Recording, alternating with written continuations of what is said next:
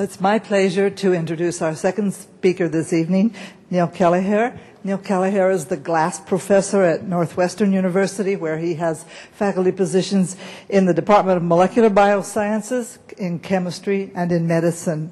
After Neil received his bachelor's degree, he was a Fulbright Scholar. After he took his first academic job at the University of Illinois, he was a Cyril Fellow, a Packard Fellow, a Sloan Fellow, received an NSF Career Award, and was a Presidential Early Career Awardee.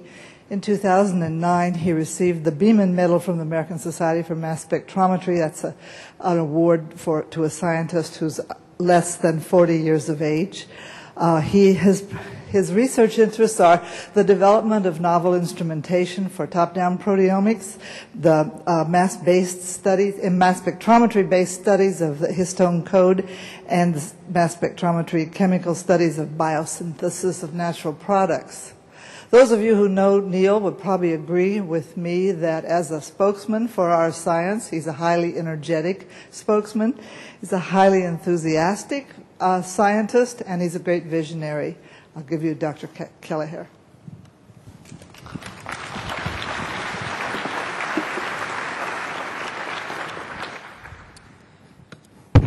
All right. Thank you, Kathy. Thank you to the organizers for getting me home to Boston. I'm from Medford, Massachusetts. Medford is right across the Charles there. And Somerville, Arlington, these are the places I grew up. And you'll see evidence of that throughout the talk. So that couldn't have been a better launch point, the genomics revolution that we just see continuing on. It's a model. And I want to bring that forward today in my talk. And so many of you who know me will know that I'm going to stand up here and advocate for intact whole protein mass spectrometry, as I've done for 15 or more years. But today I wanted to springboard off of the genomics revolution and go back in time to the 90s and even the late 80s and bring us through, because I believe it's instructive as we move to think about proteins as measurement targets. I'll just dance across the high versions of these projects. You'll be talking about them all week. The organizers and the council and advisory committees spend a great deal of time instructing us about what the projects are, et cetera. So I'll just pick issues out that as they relate to whole proteins and note just in various ways throughout our next few minutes together that top-down proteomics, if you're going to catalog protein molecules precisely, it's a great seat to have at the table that top-down has a lot to offer. And I'll bring forward some early examples of highly modified proteins that have many members of a multi-gene family, and that's the histones. And I think that's instructive as well. And then I want to take a step back and look at the simple view of the human body and its levels of organization. And I think that is also an instructive few minutes. And then this word on the lips of many here, disruption in proteomics. It's that talk that you just saw. It's the pace of science. It's when you put in investment, you get progress in a deterministic way. And that's what proteomics strives for. That's what we need. And let's talk about it. In addition to the drug development, detection and drug development return on investment. So let's first just look at this retrospective. And here's one now dated slide after that last talk regarding just the growth in sequencing data. So this was a TEDx talk here in Boston about a year ago by Richard Resnick. And so this is just raw numbers here on the y-axis and time here on the x. And so here's your world population, right? That's exploding since the 50s and 60s, right? But boy, it's pretty linear on this graph. Number of personal computers, Moore's law of electronics, growth in GenBank and PubMed. And so look at this sector of our society. I don't need to do anything other than reference the last talk. And if we put it on scale, I'm not quite sure what it would look like up in this corner, but it's clearly an amazing sector of our society, our humanity's ability to generate sequence data. So where did that come from? So if you go back to the early 90s, right, there was an economic tie that the people who crafted the Human Genome Project, or their overlords, one of the two or some combination, said, you know, really this dollar a base price point is powerful. It's a way to focus science and innovation on a goal. And clearly, you had to develop sequencing technologies. So here was a drop in price, and now, you know, again similar, the next 2 years here would be interesting to look at. But you're looking at least 5, 6 logs drop in price, and boy, look at all you can do to help society, to help the human condition. And so that's also instructive before you end up leaving the room when you move to proteins. So if you look at the Genome Project, it's really these first 2 items on this table that, you know, when you first crafted the Genome Project, go back to 1985. Some of you maybe not even a few years old or so at the time. But these first 2 items, the very first thing was that it was impossible without a non-incremental, a Hail Mary pass, a long scale, not quite clear if we can do it, leap in technology. And so that was the very first thing that had to be put on the table if you're going to go after 3 billion bases. There was a mapping phase also required. While technology was being developed, you mapped. You weren't sequencing, you were mapping the genome. The highly repetitive elements forced that articulation, and that had strong linkage with disease research in genetic mapping, and then it became physical mapping, and there was lots of machinations. It was an inefficient process, but ultimately very helpful to assemble the first sequence properly. And the target size, you can see elements from the last talk. We thought it was static. We thought it was focused and clear, but it's not. Genomics had the challenge to define the frames of a project that were clear. And they did that in various ways, and I'll go through them on the next slide. But we now know that this wasn't the static target, that there was a lot of other things out there. Polymorphisms are the simplest one to think about, a population variance. So you had to define the edges of a project. Here, this was relatively simple. You just had whether you were the private effort or the public effort, very few people. And there was model systems used throughout the project, etc. And then, you know, we all know something about those numbers, and we can quibble about that one.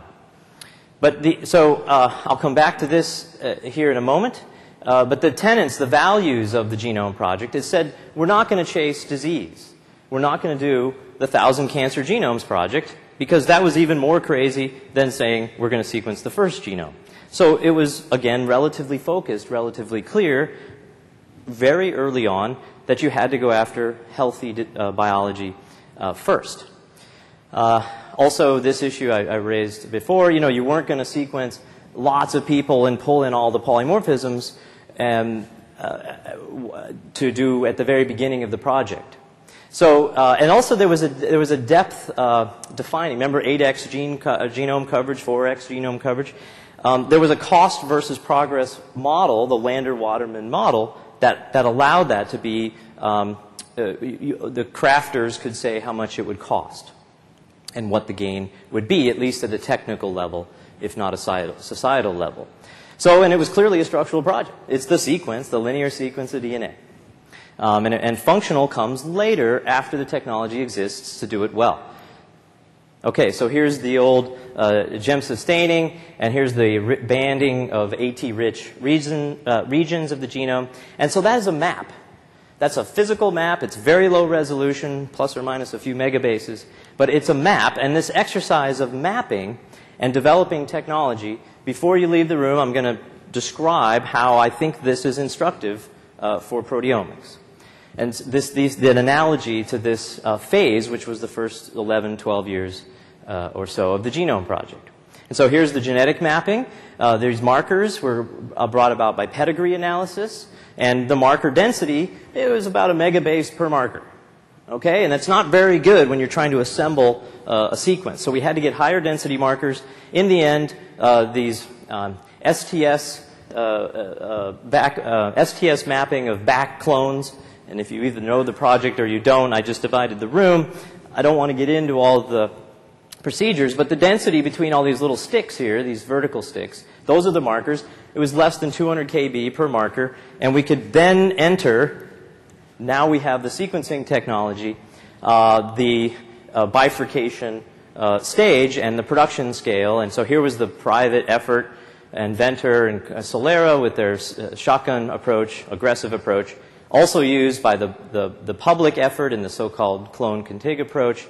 These were the markers. You could assemble them reliably. And despite what Craig Venter says, they were peaking at where the markers were. So then you could go into high-throughput sequencing stages. You were at less than $1 a base, and you remember the story. So here's the ABI 3700, and then you could build a factory, a genome factory, put money in, get progress out that looked a lot like this. So here's the growth in sequencing. Now they're down to like quarterly reports, and the massive increase in unfinished. So this was a snapshot from the year 2000. And so it all happened at the very end, the actual sequencing, once the technology was there. But if you go back to 1985 or so, it looked like a Hail Mary pass. And in an American football, that's what it is. And in 1984, there's this very famous Hail Mary pass from Boston College by Doug Flutie, and I want to play it for you here. Three wide receivers. End of the game. To the right. There's Doug Flutie, Boston College. This is never going to work. How are they going to win the game? Flushed. Throws it down. No way. No way. Caught by Boston College. I don't believe it. It's a touchdown. The Eagles win it. In totally improbable I event. don't believe it. Phelan is at the bottom of that pile. Here comes the Boston College team. He threw it into the end zone. There was no time left on the clock. The ball went between two defensive backs of Miami. So you get the picture.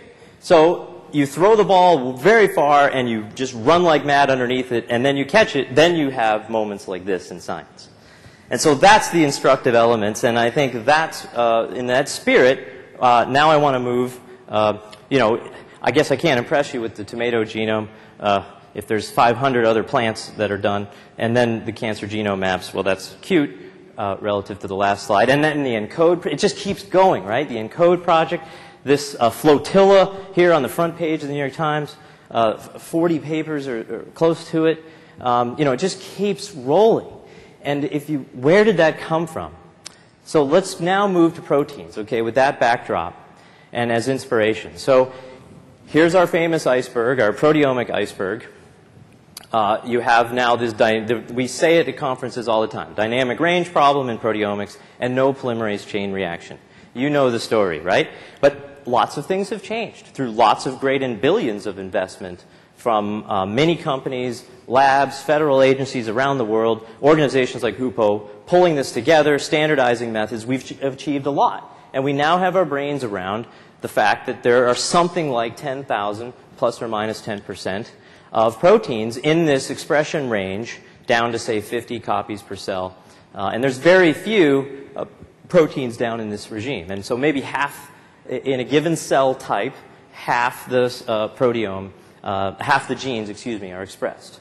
Okay? But we know, everybody knows, that proteins aren't simple things. The central dogma is far more complicated. We just saw mutations in polymorphisms at the DNA level.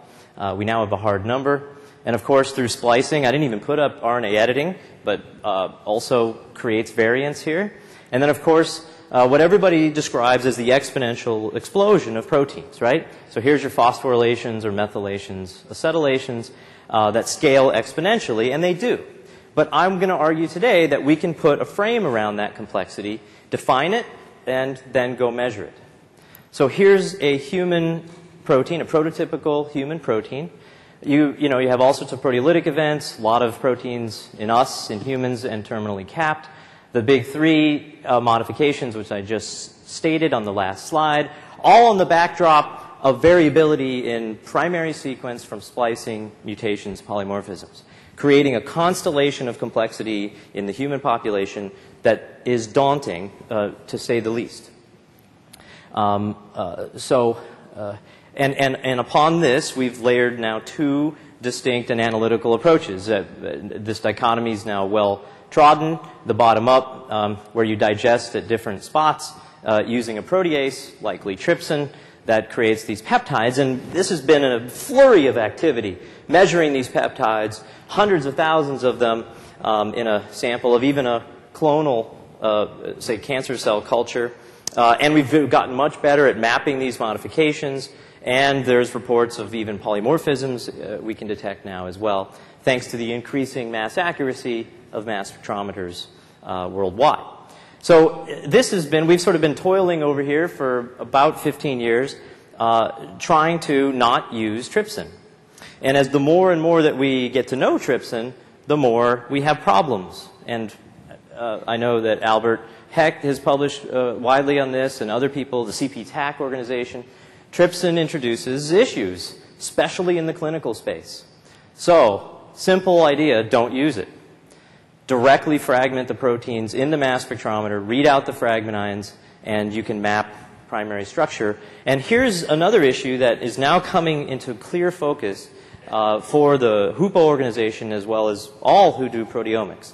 And that's dubbed by Alex Nesvizhky in 2005 in this highly cited paper, the protein inference problem.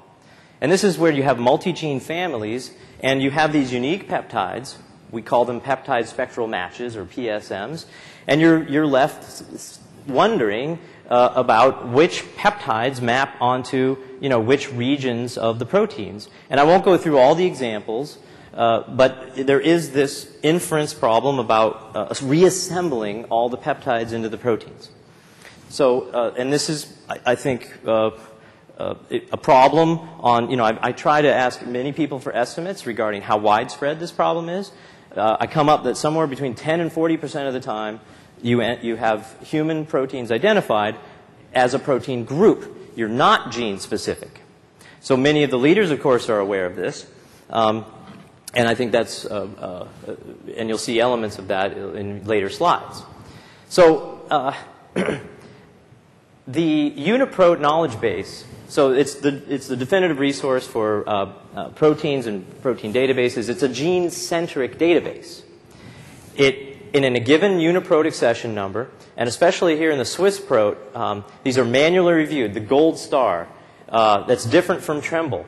And so if you're searching all of UniProt, you're even making this correlation and assembly problem exacerbated. So I like to use just SwissProt. And in each accession number, it maps to a single human gene. It's a gene-centric database, and so it cleanly maps back. And this word isoforms, or the isoform problem, there's sort of two camps. There's a semantic problem with the word isoforms, and I don't want to drag you through what the two, there's some disagreement or some ambiguity. So I prefer the word proteoform, as does Lloyd Smith here. What it means is just all the sources of variation, whether it be the different promoter usage or splicing, that changes drastically the primary sequence of the protein. That times all of the site-specific information in the UniProt flat files creates the constellation of variability that I like to call proteoforms. So all of the forms of proteins that can arise from a single human gene. Okay, so I'll use proteoforms throughout the rest of my talk and perhaps for the rest of my life. So, versions of the HPP. So this is partly why we're here. We're going to talk about this. You're going to become more educated about them. These are versions of how we are approaching this iceberg and this complexity. The first to spin up was the biology disease-based, focused on organs and tissues, and that's that primary hierarchical organization of the human body. More recently is this gene-centric initiative, or chromosome-centric. It's an attempt to catalog the proteins encoded by all the 20,300 genes. And so graphically, you have this nicely synergistic two projects here intersecting on the three pillars. So of the antibodies, the knowledge base, and the mass spec pillars of HUPO and of the Human Proteome Project, I'm of course focused mostly here on the mass spectrometry today. And in this recent paper, you can read more about the gene-centric approach. And so there it is. And I just wanted to hone in on that, the HUPO has organized national chromosome teams to collaborate with well-established laboratories building complementary proteotypic peptides. antibodies and informatics resources. So that word proteotypic, that's the same concept as getting gene-centric. If you don't know the word, that's what it means. And so we're trying, so this is all geared around the bottom-up approach. And through that approach, we're going to, in a 10-year time horizon, detect at least a splice form and a SNP, and tissue localization, and 3 types of modifications from all these protein-coding genes. So that has clear utility. And further, we're going to link the RNA-seq data together with these proteotypic peptides with integrated informatics tools to state something about splice variation, about modifications that are existing in proteins.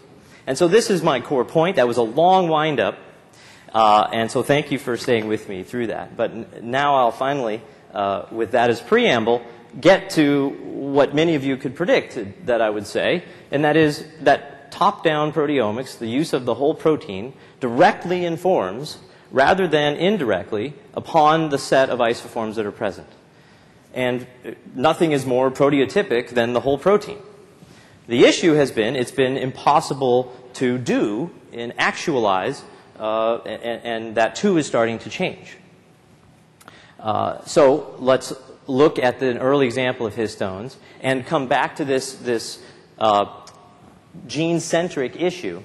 And when you have a top-down mass spectrometry data set of a protein, you have an intact mass. Sometimes it's ugly. I'm actually picking relatively poor data for proteins. In this case, they're keratins. It turns out there's a multi-gene family for keratins. And we want to be specific about which keratin, which gene are we talking about that we have identified. And if you have an intact mass, and then the N-terminal fragment ions and the C-terminal fragment ions, that's 3 pieces of information, and that maps back uniquely to a single human gene. So that's valuable. And then the other issue regarding how the explosion of modifications, okay? And this issue, and chromatin biology is a great backdrop to describe this, okay? And so my approach to complexity is to draw a line, to try to frame a project by drawing a line. That's what happened in the Genome Project. It's just that it was not quite as fuzzy of a situation. It was more clarified. And we know from the last talk that, in fact, there is a lot of variation. It's not Human Genome Project, it's genomes. But we set that aside because we didn't know about it. Okay? Here we know about the 2N expansion of modifications on proteins. And so let's take histones as an example. So you know that these M-phase chromosomes, they're half protein and they're half DNA by weight. The protein component of that chromosome are wrapped up in this hierarchical structure, and then here's the nucleosomes, and there's about 60 million of those nucleosomes. Here's a single nucleosome, and there's 4 core histone proteins in there: H2B, H2A, H3, and H4 that package the genome up. So let's just look at histone H4. Okay? Histone H4 is a highly modified protein. Here's an intact mass spectrum of it from human HeLa cells. There's some hints about methylation here. These are 42 Dalton apart, so acetylation forms. You can get a relative quantitation from these peaks. You can isolate this proteoform and then determine exactly where the modifications are and the fact that they co-occur together. Okay? And the concept works for polymorphisms or splicing, as we've gone on to show. This result is from 2004. So after about 15 to 18 papers, we have the basis set of expressed human histones, okay, from this bird's eye perspective using top-down mass spectrometry. And so here's H2B. Here's all the members of the gene family of H2A. There's about 15 of them. Here's histone H4. Here's histone H3, which I'll come back to. And then H1 is the linker histone. There's about 100 proteoforms here. And there's about 75 proteoforms here that I'll describe. And then the most complicated histone, core histone, H3, there's actually 3 different variants, 3.1, 3.2, 3.3. It's a multi-gene family. And these are all differing by 14 Daltons. Okay, so these are up to 12 methylations from here, unmodified, to here. And now we can start to specify depth. as a microcosm to specify depth in a human proteome project. And so if we look at how well we're doing, let me come back to histone H4 on the next slide. I can tell you on histone H3, we have gone out to 18 methylation equivalents. So there's a complication here that acetylation weighs 3 methyl groups, so I use the word methylation equivalents. But you can go deep diving here and increase your dynamic range. But if I come back to a simpler example, histone H4, for just H4, we have at least 4 logs of dynamic range, and I would argue up to 5, but I'm being very conservative. And in that 4.5 logs that we've been able to achieve, there are 75 proteoforms of human histone H4. Okay? So it's, and if you did the informatics on this thing, you could stand up, and many chromatin biologists have, and you could say that there are tens of thousands of possible forms of this protein. There's not. There's 75. And as we dig deeper, we're not going to find tens of thousands. In fact, the number is 42,000 potential possibilities in this post-translational space that everybody fears. But it's not the case. We don't have a population that expands to fill that entire space. So if we could just dig deeper, we could then start to think about crafting a project. We're specifying a depth of all the proteoforms that we want to measure using whole protein mass spectrometry. So I'll come back to that point, put a pin in it. I'll be back to that point in just a moment. So for the levels of organization here, of course I'm skipping organ systems. Here's organ and tissue. This is the place where we started as HUPO back in 10 years ago or so. And then you have cells that are in these tissues, organelles within cells, protein complexes within organelles and not, and the membrane. And then this is where we've been spending most of our time here. And for the proteoforms, that we have now well in view. But what I want to focus on now are cells. So cells are a neglected portion of this hierarchical system. And it's true that at any level of the hierarchy, you can analyze protein molecules. And so we spend a lot of time focusing on different levels of the hierarchy. And in fact, the proteome project that hit every one of the levels of the hierarchy would be a beautiful project. But an expensive one, and you have to put frames around that. So instead, I've chosen to focus on just cells and cell types combined with proteoforms. And so if we now ask, okay, what do we know about human cells and human cell types? Well, you look in a textbook, it says 230 cell types. Okay, well that's an interesting starting point. Woefully out of date in the area of, in the age of molecular medicine. And you saw from the last talk, right, the single genome sequencing of cells. They vary greatly. Okay, well what would be a number? On the high end, you might have, some people say there's 10 to the 13 cells in your body. That's the number. Everyone's identical.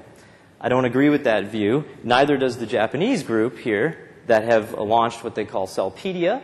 This is an effort, a hierarchical ontology, a taxonomy, to specify what cell types there are in the human body. They're up to 2,700 in version 1.7 of this taxonomy for cell types. And I encourage you to go through it. They've done a great job setting the table. And so, okay, that's a number of cell types that's larger. The brain is difficult to categorize, but I'm sure we can come up with categorizations. The human stem cells in your bone marrow that yield blood and all the mononuclear cells of your blood, also a continuum of development, but I'll come back to that point as well, that saying that boundaries can be made. And it's a lot like speciation in biology, right? Just because we have this continuum of speciation on the planet doesn't prevent us from drawing boundaries around species. So if you multiply these two things together, you frame a proteome project. So this is, if I say that there are 4,000 of these cell types, and we need to become much better at mapping them, typing them, etc. This is a provocative number. I don't expect everyone to agree with it. Great basis for further conversation throughout the week.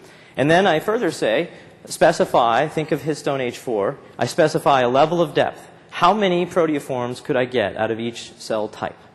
I'm saying 250,000. And this is based on looking at a lot of early data and what is a reasonable estimate in my view. And we can go through that, and I welcome that.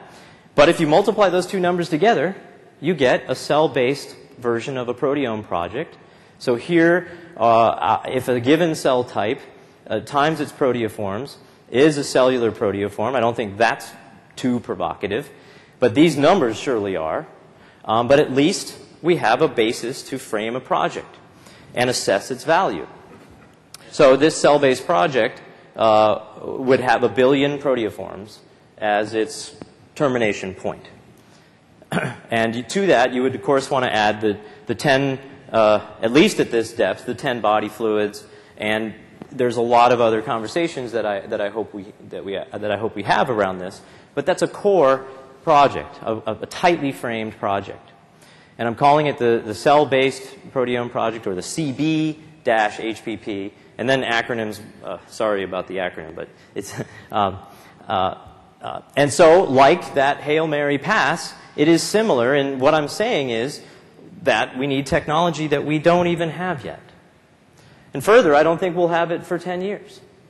And further, it'll cost too much over those 10 years. So that's a prescription of what to do for the next decade.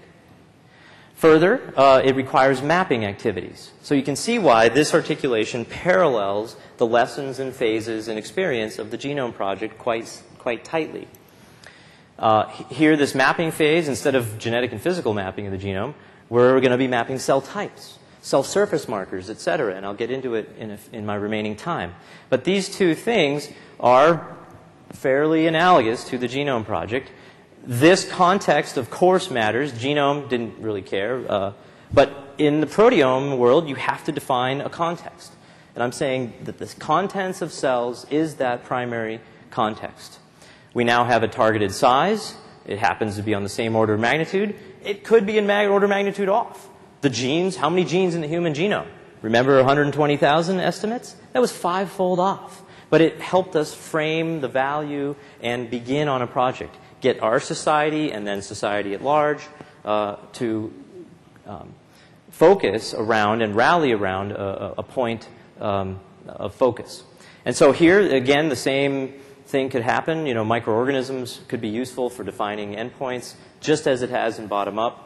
I think that would be very useful. Here, this is very different, of course, in human beings. And this is where HUPO has this incredible network already launched to help this. But this fact of you know, accessing tissues, assuming you can sort out the cells, right? That is a difficult challenge, and so thousands of people will end up having to donate. And the time that issue could make us extend out to 25 years, and this is an interesting question I'll come back to.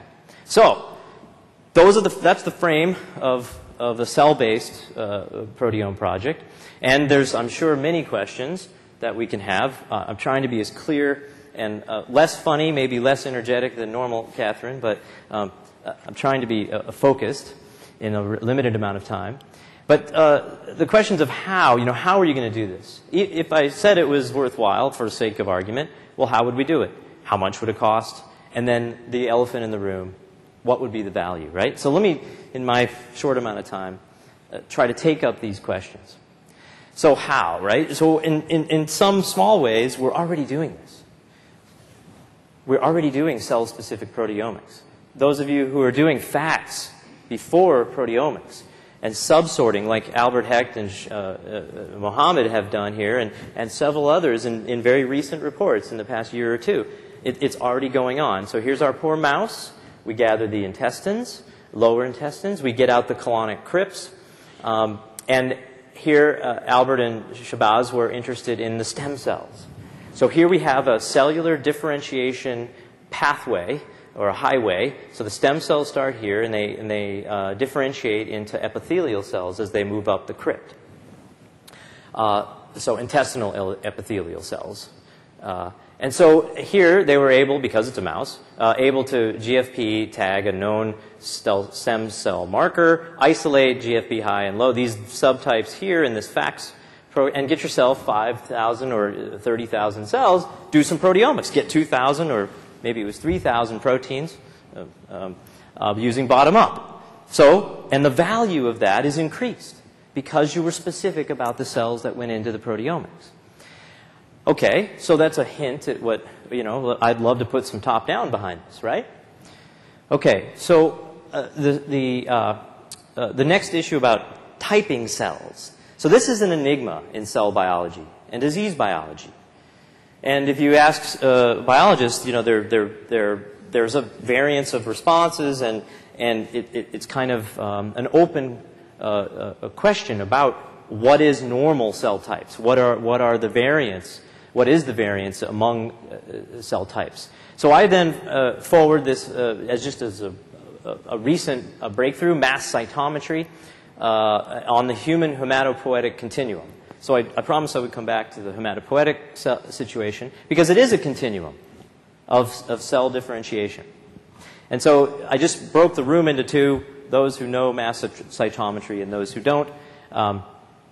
And I'll have a brief word on the next slide about the method. But basically, here is their determination from this paper.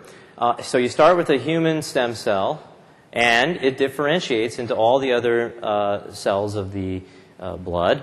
And you have boundaries drawn. So each of these little bullets here is a cell type. They call it a cluster that was generated from unsupervised clustering called SPADE.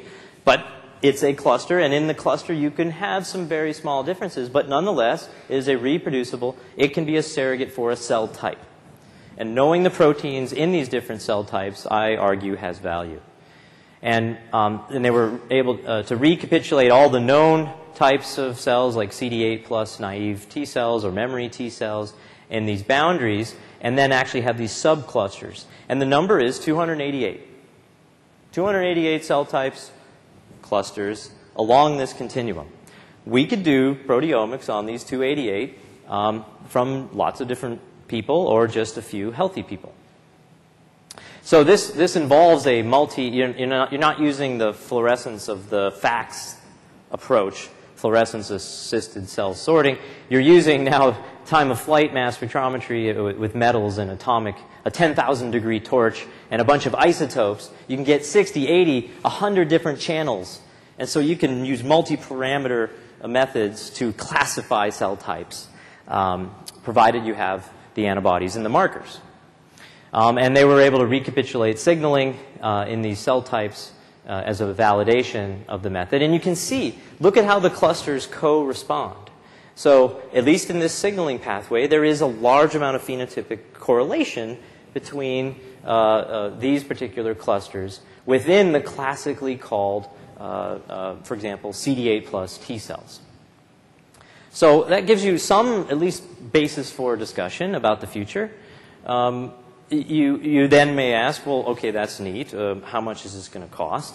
And like the Genome Project, you can stipulate how much it costs. But you have to supply resources to develop technologies to get it to this cost point. Right? And that extends in time. So I don't have much good news. It's not like we can tee this up for $1 per proteoform today. Right? We're just not there. So, but if we did get there, in analogy to the Genome Project, that would be the cost, at least if you had your mapping project done and the samples ready to go into high throughput sequencing stage of the project. That should sound familiar. So that is a call for disruption. And I'm not the one calling for it.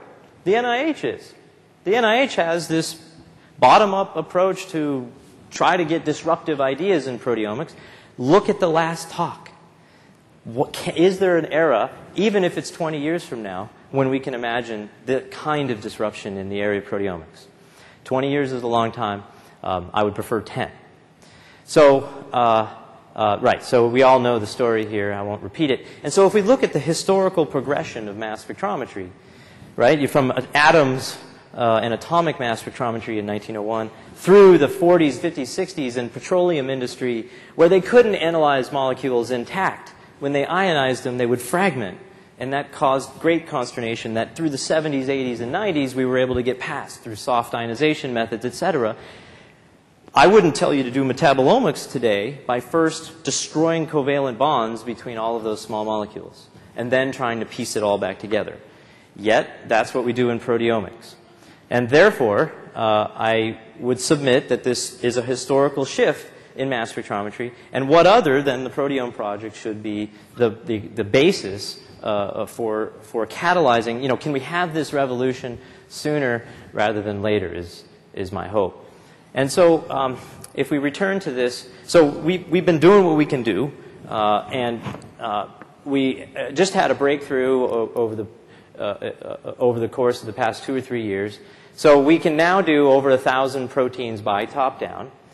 There is a size limitation. There's always limitations. But this is a major breakthrough. And of course, or bottom-up describes how large of a study it did by numbers of identifications, how many proteins were identified.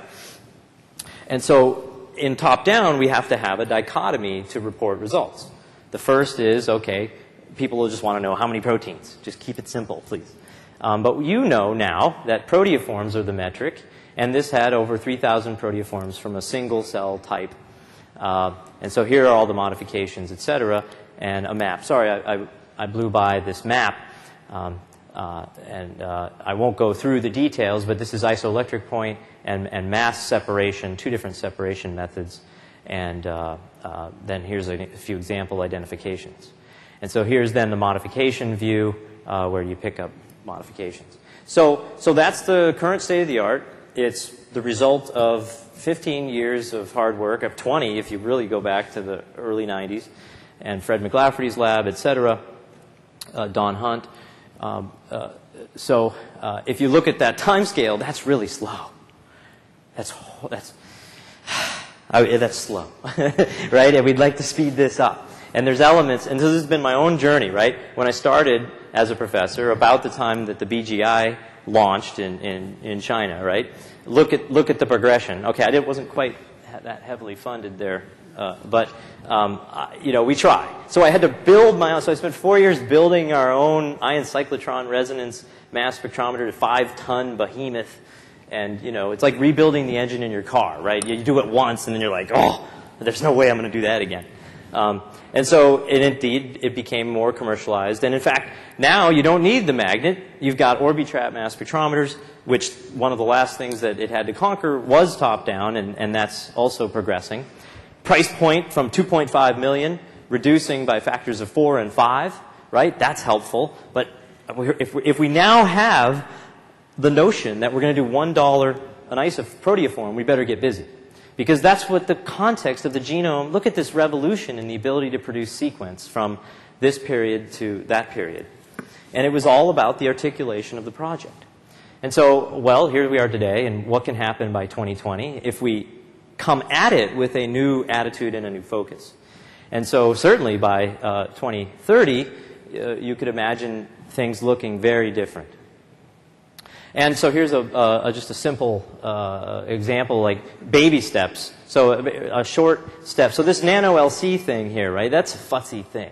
And if you're in the field, right? You know how many leaks and how many difficult that is to keep rolling. We need to have it simple. We need to have it cheap. So we've got one of these on our Exactive. And then here, we want this, $500,000 mass spectrometer to be functioning all the time. 100% duty cycle. And have these things be cheap. Okay, and so Gary's helping us do that for top-down, but it's a baby step, clearly. So the big question of why, and I'm just going to take this red blinky thing, and I'm going to do this. So why, right? And then I'm never going to get through this, but at least because it's a highly prescribed project, you have a highly prescribed outcome.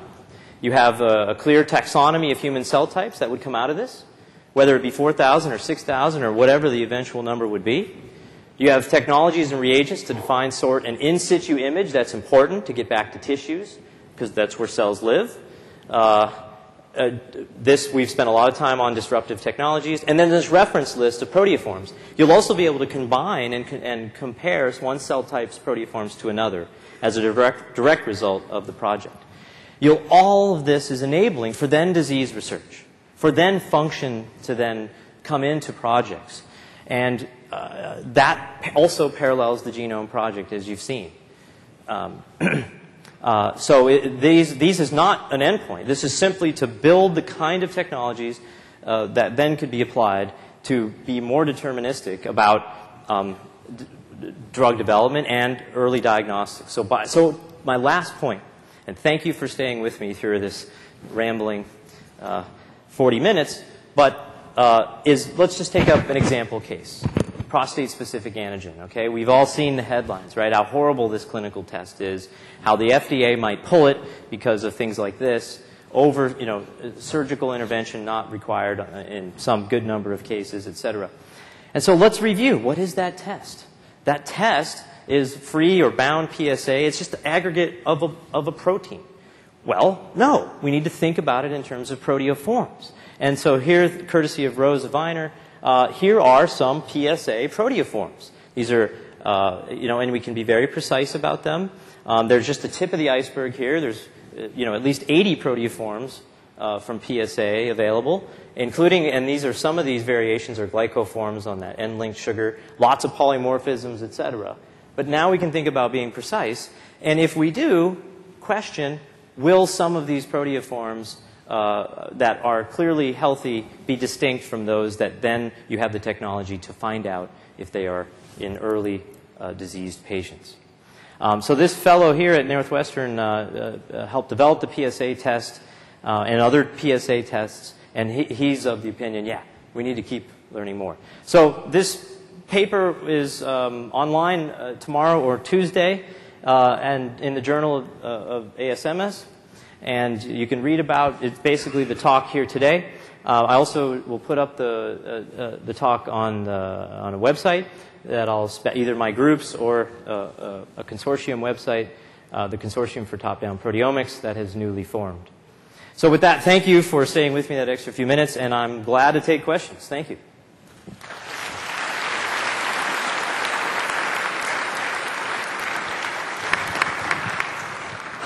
Is there a burning question? Okay. I think we'll thank Dr. Kelleher and go on to the reception. I think there's a special event about to happen, too. Thank you, Neil. Thanks.